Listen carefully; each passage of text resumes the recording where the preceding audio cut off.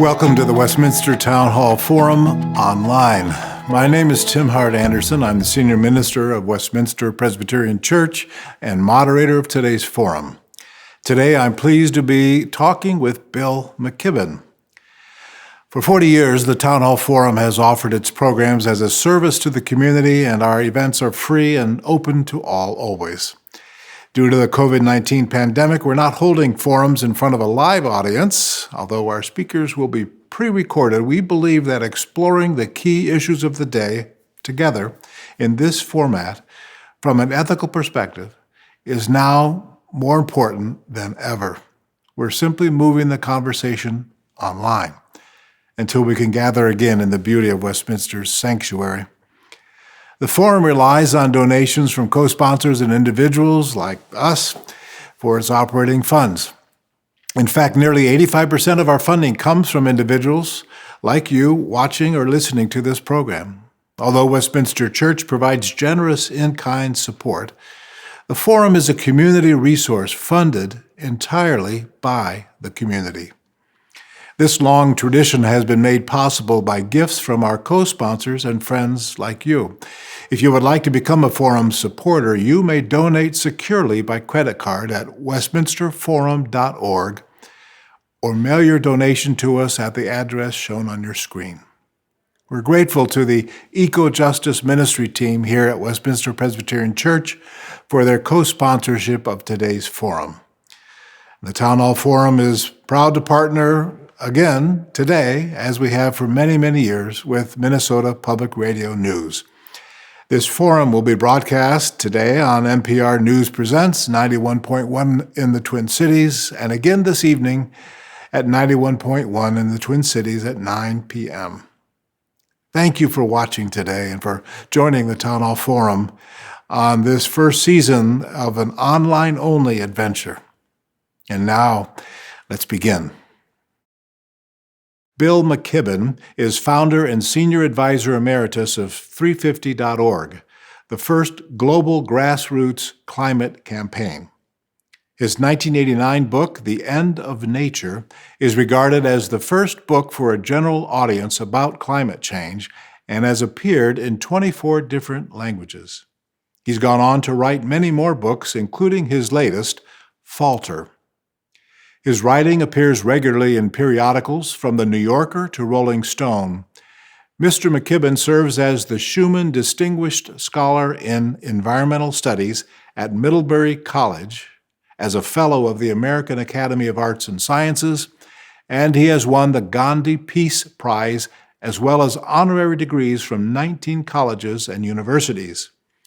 He was awarded the Right Livelihood Award, sometimes called the Alternative Nobel, by the Swedish Parliament. Foreign Policy named him to its inaugural list of the world's 100 most important global thinkers. Bill McKibben, welcome back to the Westminster Townhall Forum. What a great pleasure to be here. I'm sorry not to be in the beautiful pulpit where I was last time, and I'm sorry that I did not get to be there in person. I was so much looking forward, as you know, last winter to arriving in person to do this, in part to see you all, and in part because my sporting hero, Jesse Diggins, was bringing the Nordic World Cup to Minneapolis, and I was going to go over to Worth Park and watch the races after my talk and all of that. So it was a disappointment. But in some other ways, Tim, I'm very glad to be talking now because with the perspective of the last 6 months, we have a deeper sense of where we are and what we need to do. And of course, so much of that has come straight out of Minneapolis. I mean, the most important thing that anyone said in the last year was what Mr. Floyd said as he was being killed. I can't breathe, you know. And people can't breathe for lots of different reasons. They can't breathe because there's a cop kneeling on their neck, or they can't breathe because police brutality is stifling their community. They can't breathe because their lungs have filled up with fluid thanks to COVID. And we know that that follows those same paths of race and class. They can't breathe because there's too much wildfire smoke in the air. and the authorities are telling people to tape their windows shut and stay inside, they can't breathe because it's just gotten too darn hot. I mean, in the last 60 days, we've seen the highest temperature ever recorded on planet Earth, 130 degrees Fahrenheit in California. That was the warm-up act, as it were, for the fires that followed. And so this traumatic year has been kind of definitional in its sense of where we are and what's going on, and also in the kind of beauty of the response. I'm particularly taken by how much the kind of different campaigns for racial justice and climate justice have come together. A particular shout out to my wonderful colleagues at Minnesota 350, Sam Grant and everybody else who have been helping lead some of this work, helping people focus on all the overlaps in these issues, all the ways that really joining together is the path to a kind of mutual prosperity, not resisting, not waiting, not hoping that solutions will be. If 2020 has taught us anything, it's that time is of the essence and that we need to work together, that the moment for real effective solidarity has arrived. So I'm sorry I wasn't able to be there because of the pandemic in the spring, but I'm so grateful to get to be with you all now. Well, we're glad to have you whenever we can get you, Bill. And frankly, to have you speaking, and this will be broadcast next Tuesday, 1 week before the election, I think is particularly going to be helpful to us. You did speak here in 2007, 13 years ago, and what you just said in the introduction, if you take out the COVID and the reference to George Floyd, there would be others who were killed in that time, of course, but much of what you said then in 2007. I mean, this was when George W. Bush was president, Benedict was the Pope, the Amazon wasn't yet burning, and we hadn't seen some of the mega storms, mega fires that we've seen, and Paris hadn't happened, 350.org didn't exist. Another year later, it was established. And you sound very much like you sounded then. What has changed in your view of what we're facing? So let's start with the things that haven't changed. We understood the science in 2007. Really, we understood it, I'm afraid, back in 1989 when I wrote The End of Nature, the first book about all this. The science has always been pretty straightforward. You burn coal and gas and oil, you put chemicals in the atmosphere, molecules in the atmosphere that trap heat that would otherwise radiate back out to space, the planet begins to heat. But here are the things that have changed since '07. One, it's become, as you mentioned, abundantly clear just how right the scientists were. We've seen tremendous, tremendous changes on the planet, all of them sad and difficult. We've lost half the Great Barrier Reef, the largest living structure on planet Earth. We've watched huge swaths of the Amazon disappear, dry up, burn. We've seen the biggest rainstorm in American history, Hurricane Harvey dropping 5 feet of rain on Houston. We've seen epic droughts and then epic springtime floods across the middle of the continent. And that's just here, around the world. We've come to realize what I think I said then, that climate change, the iron law of climate change is the less you did to cause it, the sooner and the harder you get hit. So we think there's already tens of millions of refugees on the move. And so that's the first thing. The science has come true, and there's not the slightest satisfaction in saying, I told you so. Just the opposite. Second thing that's happened, much better news. The engineers have done enormous work and to good end. Back in 2007, solar power and wind power was still pretty expensive. We called it alternative energy. But now it's the cheapest way to generate power on this planet. Its cost has fallen 90%. That's been remarkably important. It changes every spreadsheet that anyone ever does, and it would allow us to make rapid progress if we wanted. Third thing that's changed, And this is thanks to so many of the people who are listening here today and people like them around the world. A giant movement has arisen, maybe the biggest movement in history and the most widespread around climate change. 350.org was a very early iteration of this, the first attempt at a global climate movement. When we had our first Global Day of Action in 2009, we coordinated 5,200 demonstrations in 181 countries. CNN called it the most widespread day of political action in the planet's history. But most of those demonstrations were small. 100 people here, 100 people there, 100 people in the Twin Cities, on and on. By now, this movement, you have to start somewhere, but it's grown by leaps and bounds, and so many people have flooded in, and it's so wonderful to see. We see Extinction Rebellion. We see the young people of the Sunrise Movement with their push for a Green New Deal.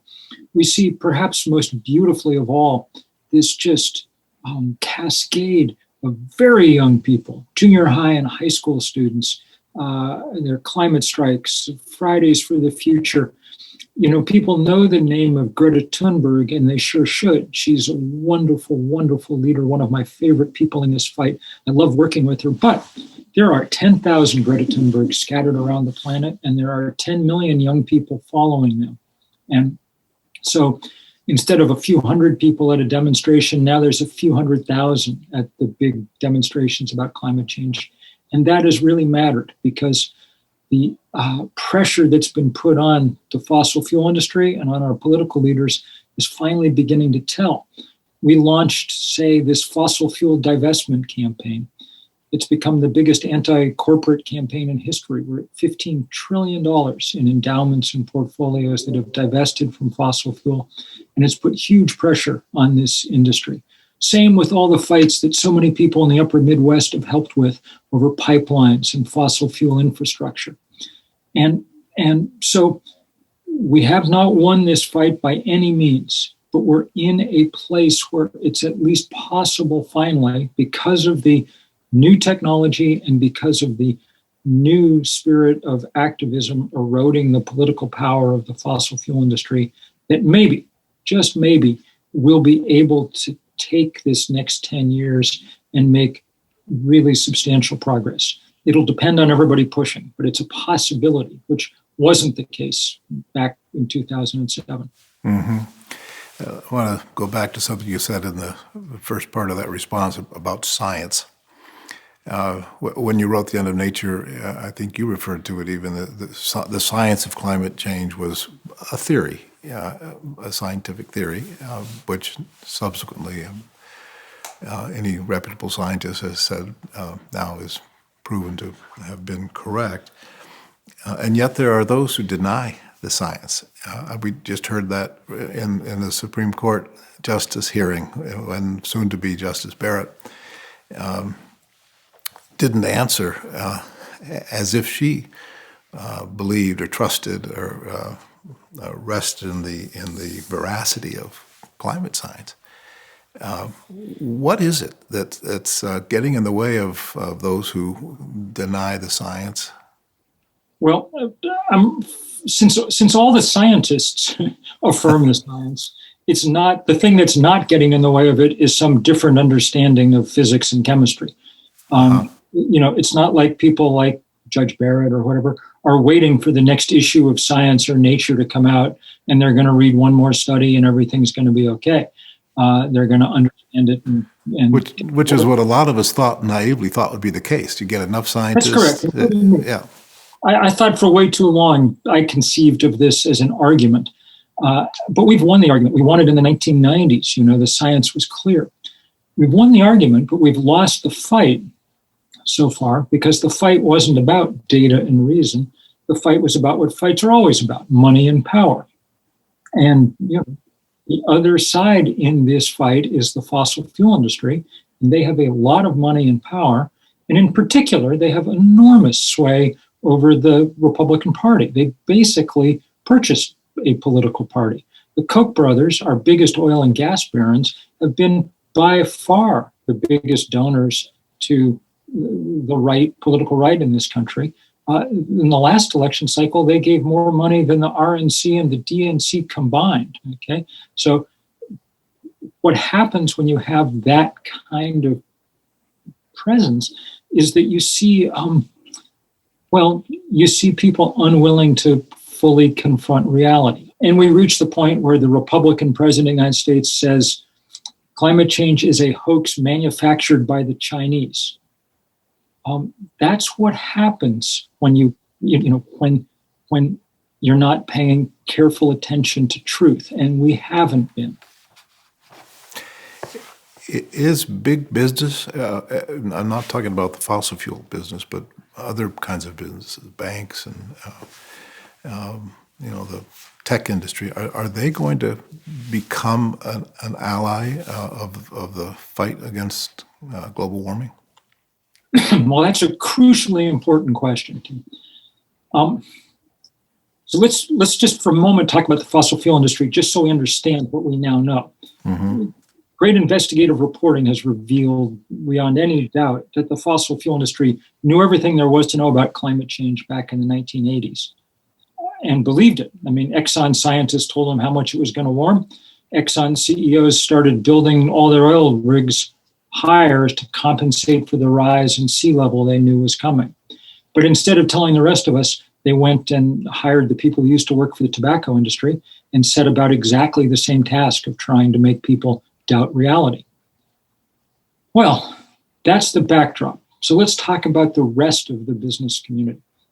Too many of our corporations just stood back and let the fossil fuel industry be the only people that talked about this, the only people who lobbied about it, the only people who they failed to kind of draw the conclusion that it would be impossible to have healthy business on a broken planet. That's now starting to shift, and we're starting to see commitments from people to make all their delivery vehicles electric, to put solar panels on the roofs of their warehouses. Those are very good things. But in the same way that we're past the point mathematically where we can solve this as individuals, one Tesla at a time, one vegan dinner at a time, we're past the point where we're going to solve it one delivery fleet at a time. What we really need is for those companies to be taking their fleets of lobbyists and deploying them to try and get things done that really change the rules to make progress happen fast. I'm glad you raised the banks, the asset managers, the insurance companies. They may be the most important players here. And we've really begun to try and work hard to pressure them and get them to change. I got arrested last January in the lobby of the Chase Bank nearest the Capitol in DC. And the reason was that Chase Bank is by far the biggest lender to the fossil fuel industry. Since we signed the Paris, they've dramatically increased that lending and sent more than something like $250 billion to the fossil fuel industry to allow it to keep expanding. Bank of America and Wells Fargo and so on do the same thing on just a slightly smaller scale. So we need them to change. And with the pressure that they've been getting over the last couple of years, they've begun to. BlackRock, the biggest asset manager on the planet, announced last winter a whole big set of climate principles. They haven't yet really followed through on them, and so people continue to press them hard. Chase Bank, 2 weeks ago, announced that they were going to make their lending Paris compliant with the Paris Accords. Not completely clear what that means either, and it's going to be up to people with more accounting acumen than me to make sure that they do anything. But at least they're starting to understand that they have to change. We need that to happen fast because there really are two power centers that we can reach out to in this country. Let's hope that we can change the power center in Washington on November 3rd. But even if we do that, progress in DC will be, as it always is, somewhat slow and compromised. And for better or for worse, Washington no longer really rules the world, In fact, one effect of the Trump administration is the rest of the world pays less and less attention to anything we have to say. Wall Street, on the other hand, still kind of does. And what they do matters globally, and it matters quickly. Changes in things like whether or not Chase will lend to the fossil fuel industry, those are reflected in a matter of hours in markets around the planet. So we'll keep pushing hard on that, hoping that we can make real progress. And of course, this is one place where everybody can play. If you have investment accounts, then when you talk to your managers, explain what it is, why it is you don't want to be associated with fossil fuel. A, it's destroying the planet, and B, it's been the worst performing sector of the economy for the last 5 or 6 years. If you have a credit card from Chase, well, you probably have a pair of scissors in your kitchen drawer too, and this would be an easy step to take. And when you do it, take a picture of it and stick it up on Instagram so everybody can see. We are a week away from the election, and I wonder if you might give us a sense of where each of the two competing potential administrations might go, a second Trump administration or a new Biden administration, where they might go on environmental issues, on climate change or global warming.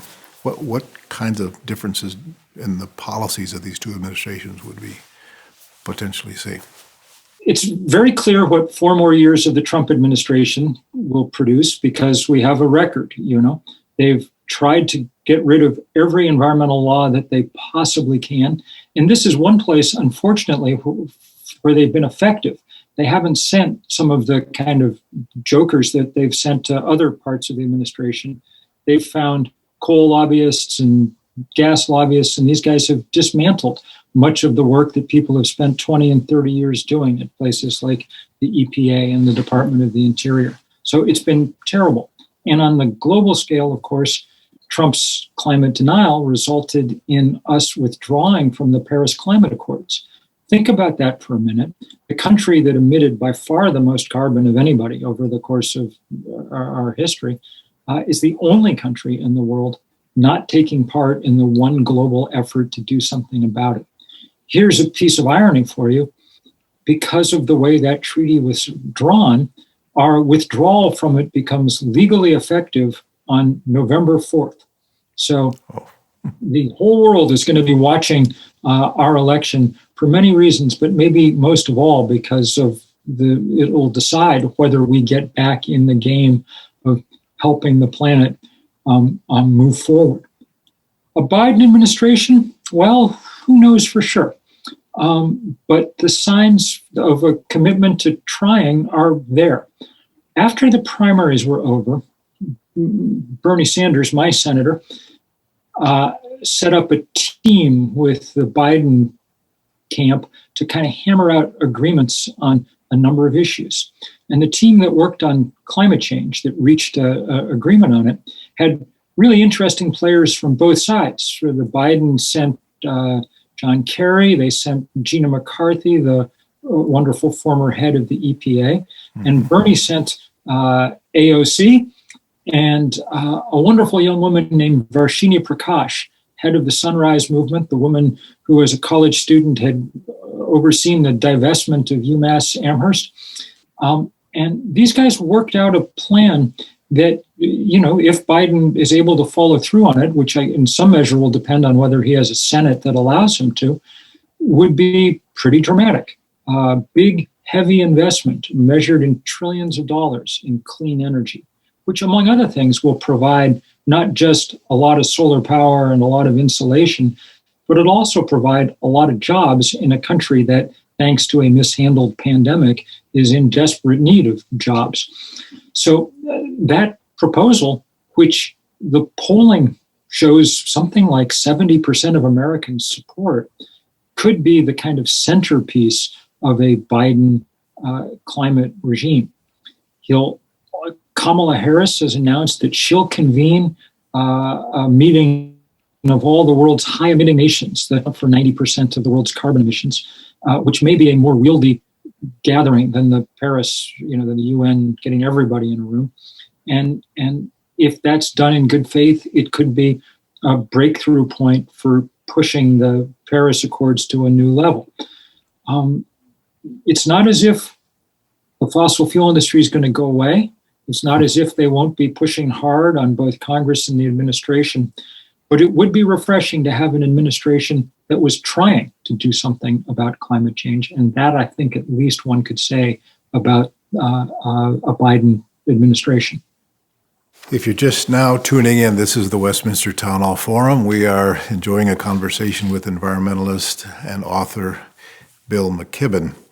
We are looking forward to a conversation a week after the election with Eddie Glaude, Jr. Eddie Glaude will take your questions and comments if you phone them in or email them in to us at the Townhall Forum. His forum will be pre-recorded after the election. Westminsterforum.org, send your questions and we will get them before Eddie Glaude, Jr. And now we return to our conversation with Bill McKibben.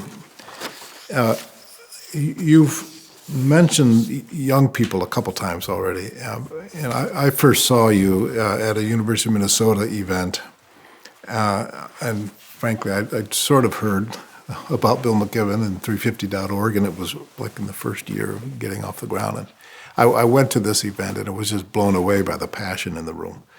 The young people that were so motivated, energetic about this. How do you, and the movement really, 350.org certainly, but in general, I mean, Greta and others, this movement is largely carried along by the young people on the planet. How does that kind of a movement sustain itself? When does the energy run out? How do you renew the passion of that group? Let's speak frankly here. You and I are going to be dead before this is at its absolute worst, okay? We're seeing plenty of horrors already, but if you're in high school right now, it doesn't matter what career you're preparing for. If we don't get climate change under control very fast, your job when you're our age is going to be disaster response, because that's all that's going to be going on here and everywhere else. If we let the temperature, we've already raised the temperature 1 degree Celsius. If we let it go up 3 or 3.5 degrees, which we're on the path for right now, we can't have civilizations like the ones we're used to having. I mean, that's what we're playing for at the moment. So kids understand that they have a huge stake in this, and they have been absolutely great about doing it. I think now, and this is sort of organizing, I think I'm going to be doing more of as we go forward. I think now the real challenge is to get older people fully engaged in this fight. There's a lot of people in their older years, like me, who had good, strong, interesting first acts of their lives, These are generations that changed a lot about the world at a certain point. And then kind of settled into a certain, perhaps, complacency. Well, the third act better be pretty darn good, too, or otherwise we're going to be the first generations that are leaving a planet in way worse shape than we found it. And that's not okay. So I really hope that the message is getting through, not just to kids, but to grandparents, that it's time now to stand up for what you believe in.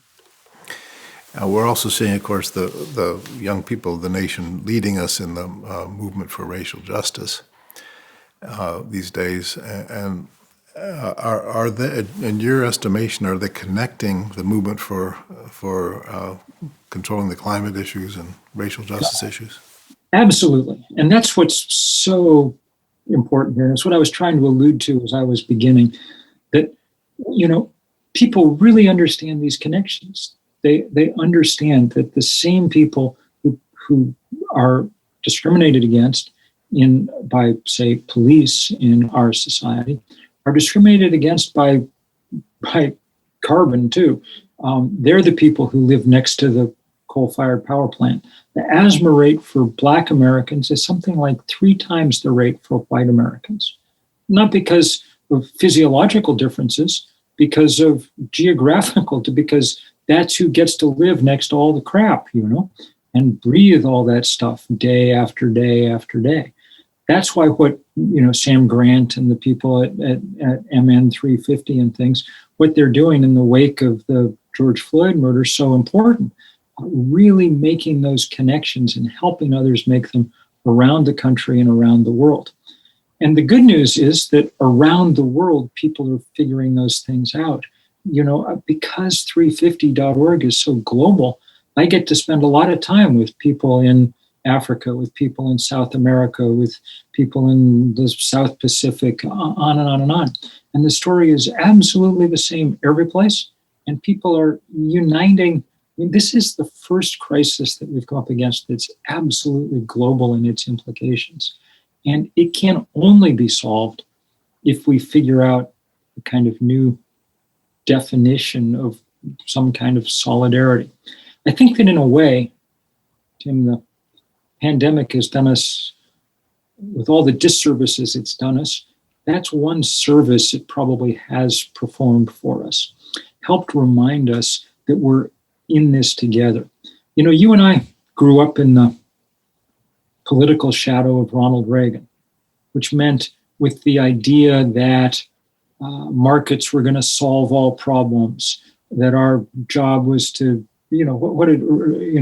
government is the problem, not the solution. Reagan's famous laugh line in his speeches was always, the 9 scariest words in the English language are, I'm from the government and I'm here to help.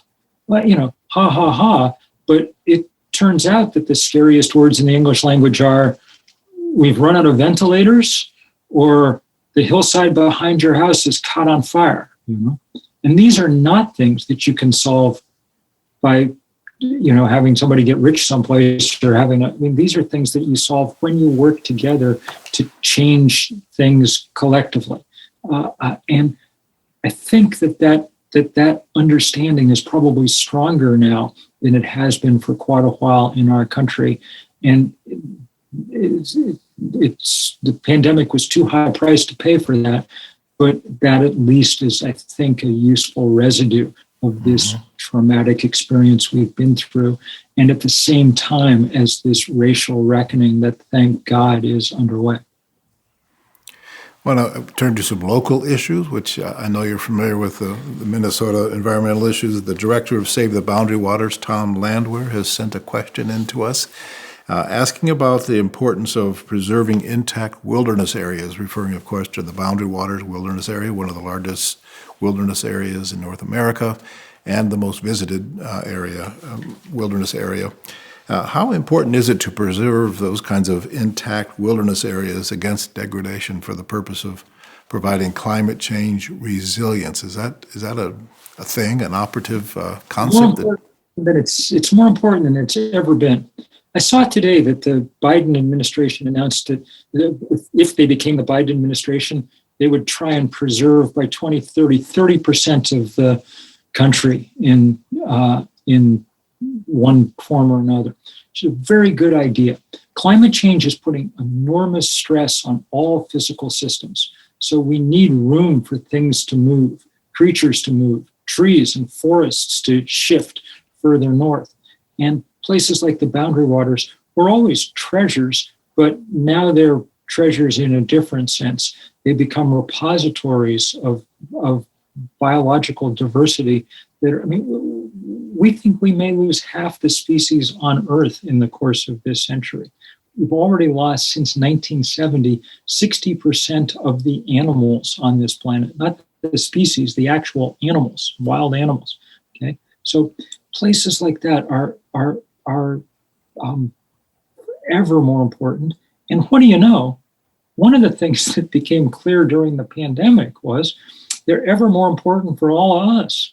I don't know about you guys out there, but in Vermont, you can't buy a bicycle. You can't buy a pair of skis. Everybody is trying to figure out how to get outdoors because, it's you're not going to get on a jet and go someplace.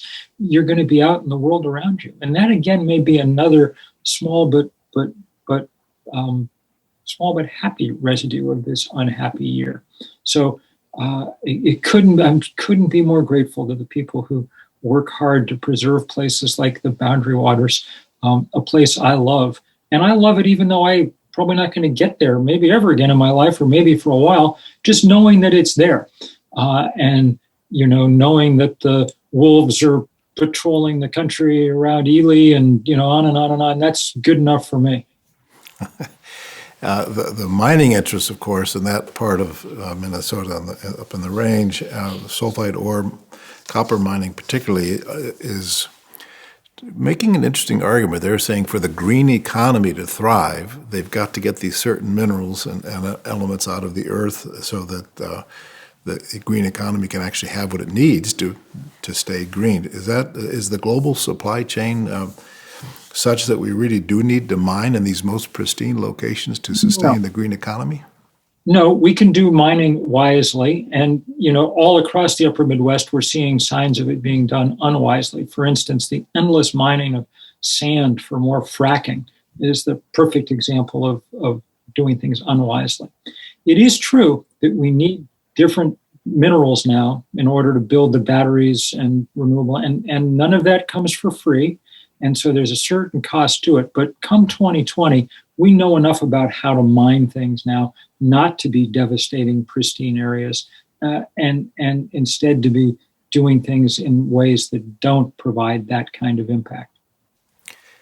Another question from a local listener who sent this to us knowing we were going to record this program. They're asking about invasive species, which of course don't honor state boundaries, and we're struggling with them here in our lakes and prairies and forests. How can we address the growing threat of invasive species due to climate change in our political systems? There's a big answer and a small one. I mean, the big answer is we have got to slow down the rate at which the planet is warming, because when it warms fast, all kinds of bad things happen. And one of them is that things end up living in all kinds of new places. Suddenly stuff is thriving in places where it should not be and where it's not helpful to local ecosystems. So that's the big work that we do every day, of taking on the fossil fuel industry, of pushing for legislation. The small answer to this, of course, is all the really noble people, myself on occasion included, who are out there pulling up Japanese knotweed and wild parsnip and purple loosestrife and, all the other things and we're going to have to keep doing that too. We're going to have to take care of our places as best we can. That's really indicative of and helpful of a way to describe a response any one of us could make to the global crisis. Act globally in terms of politics and policies, but also act locally. It is important to prioritize at this point. Here's the thing to remember about climate change. It's the first problem we've ever had where there's a definite time limit into how long we get to try and address it. I mean, the Intergovernmental Panel on Climate Change, the world scientists, gave their last report in October of 2018. And they said that if we had not fundamentally transformed our energy systems by 2030, and they helpfully defined fundamentally transform as cut emissions in half, then we would never be able to meet the targets we set in Paris in 2015. So that's a pretty stark deadline. And what it means is that, yes, it's very important to be doing. I'm happy that my house is covered with solar panels and that I drive an EV that's sort of directly connected to the sun and on and on and on. But I don't try to fool myself that at this point we can actually make the math work. Maybe 30 years ago, if people had paid attention when we were first talking about this, we could have made that kind of slow shift. But at this point, what we need above all is for individuals to be a little less individual and more coming together to build the kind of movements that can really make change happen fast. Mm-hmm. Your book, Falter, your most recent book, I found really helpful, and it said some things that are sort of obvious. One of which was we're the only species on Earth that has the option of choice. Other species have to do what they have to do to keep living. We can make choices on how we keep living. Why are we not making the right choices? The science is clear. The evidence is all around us and what's happening to the Earth. What is it that's blocking us from making the right choices? Well, I think that increasingly people are eager to make those choices. We're now at the point where 70% of Americans understand that global warming is a big problem and they want something done about it. the single most popular thing that we poll about in the country, when we do polls, solar power is the single thing that people like the most. 80% across Republicans, Independents, Democrats. They may like it for different reasons. Conservatives may like the idea that once they put a solar panel up, their house is their castle and no one needs to touch them. The liberals may think, oh, it's the groovy power of the sun is, whatever. We can work with that. So I think people are willing to go to work, but it is hard. And it's hard, I think, above all, for the reason I described before. When you have a force as big as the fossil fuel industry that's consciously spreading disinformation year after year after year, it makes it difficult for societies to reach a consensus.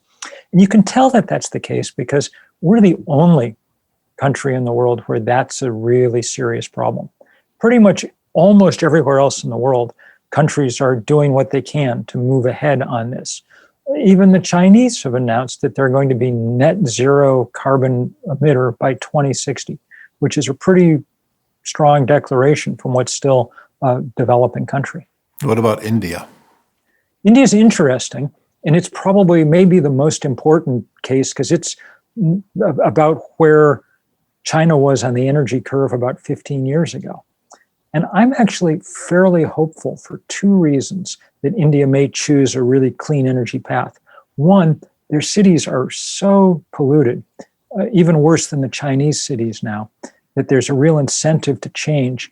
And two, they're coming into this sort of energy explosion right at the moment when solar power and wind power are so cheap that it's very difficult to justify doing anything else economically.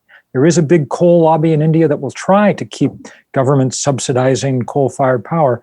But man, in India, you can generate solar power for 2 cents a kilowatt hour,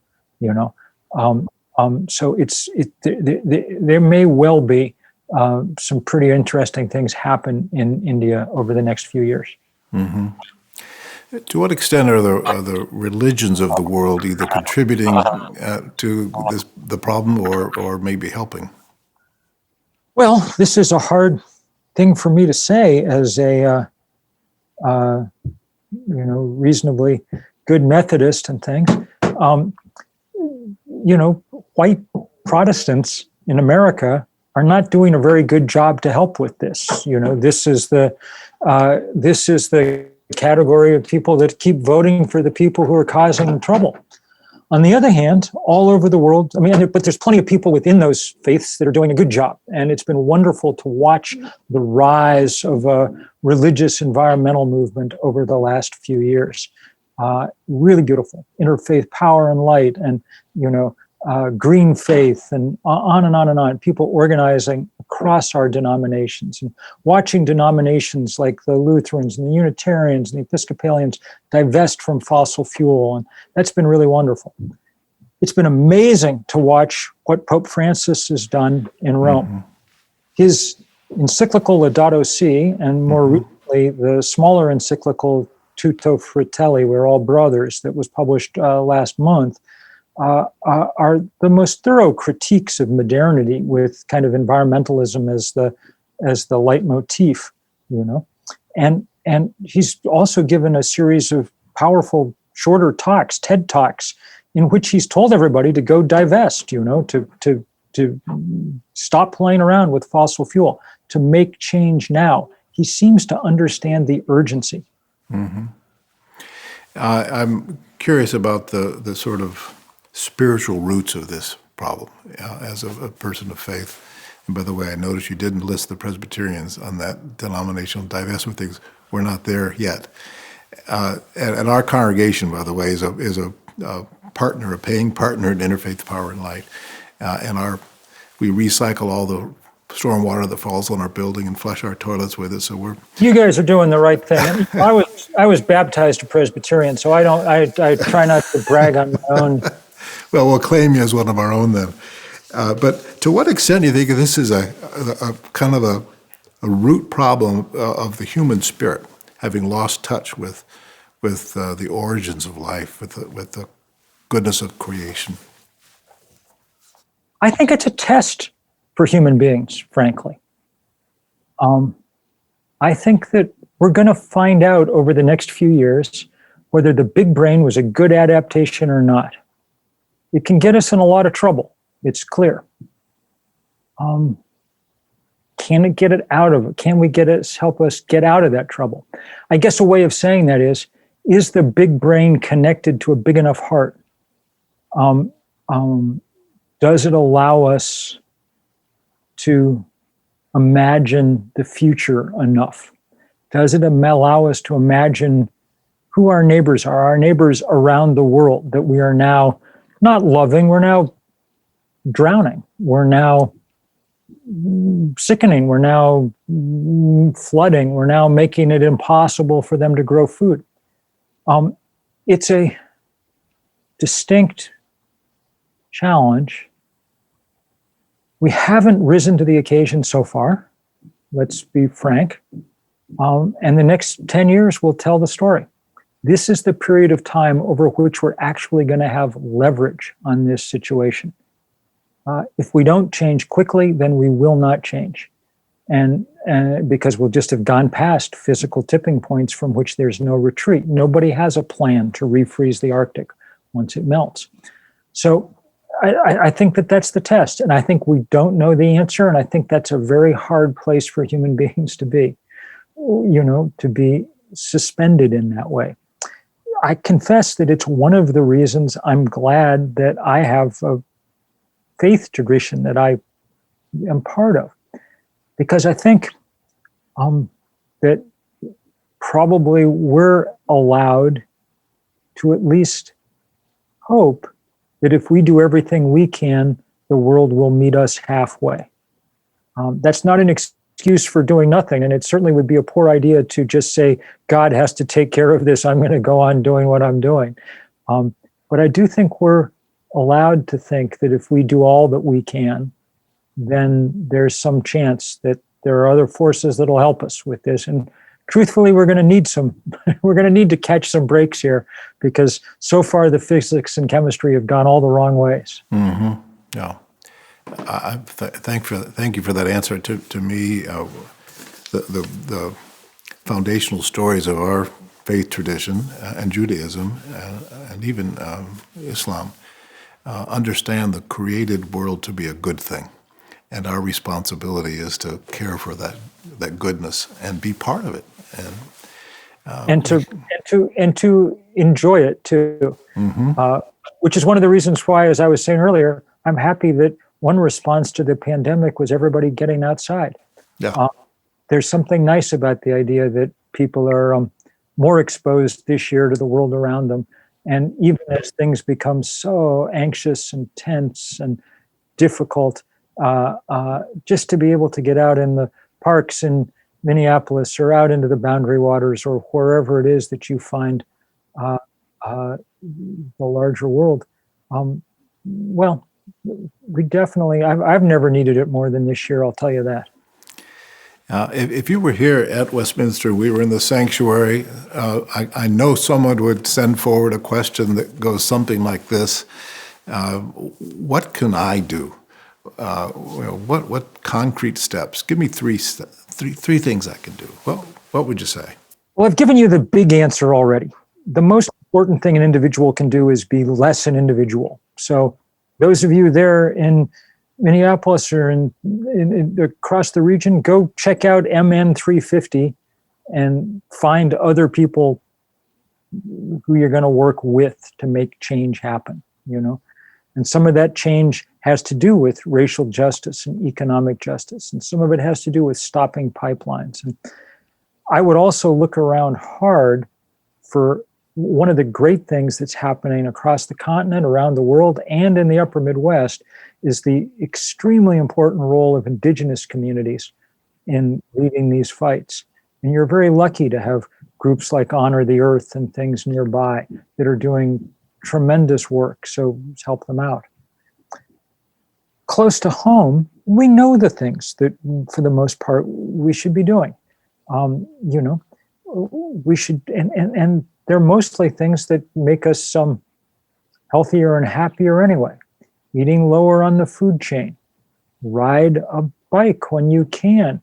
When you ride the bike, be careful. I'm talking to you from inside a sling because I went over the handlebars earlier this year. It's low carbon, but it can be high impact. So make sure you have your helmet on and make sure that you're building bike paths everywhere that are as safe as possible for people to ride on. That's something that Twin Cities has done a better job at than a lot of places. All the things that we could be doing, all the things we know we should be doing, let's do them now, not wait. If you've been keeping your powder dry for some reason, now's the moment to act because we're running out of moments. You're, I'm sure, familiar with Elizabeth Corbett and her book, The Sixth Extinction. She spoke here recently, and some of our folks heard her and came away utterly deflated and depressed.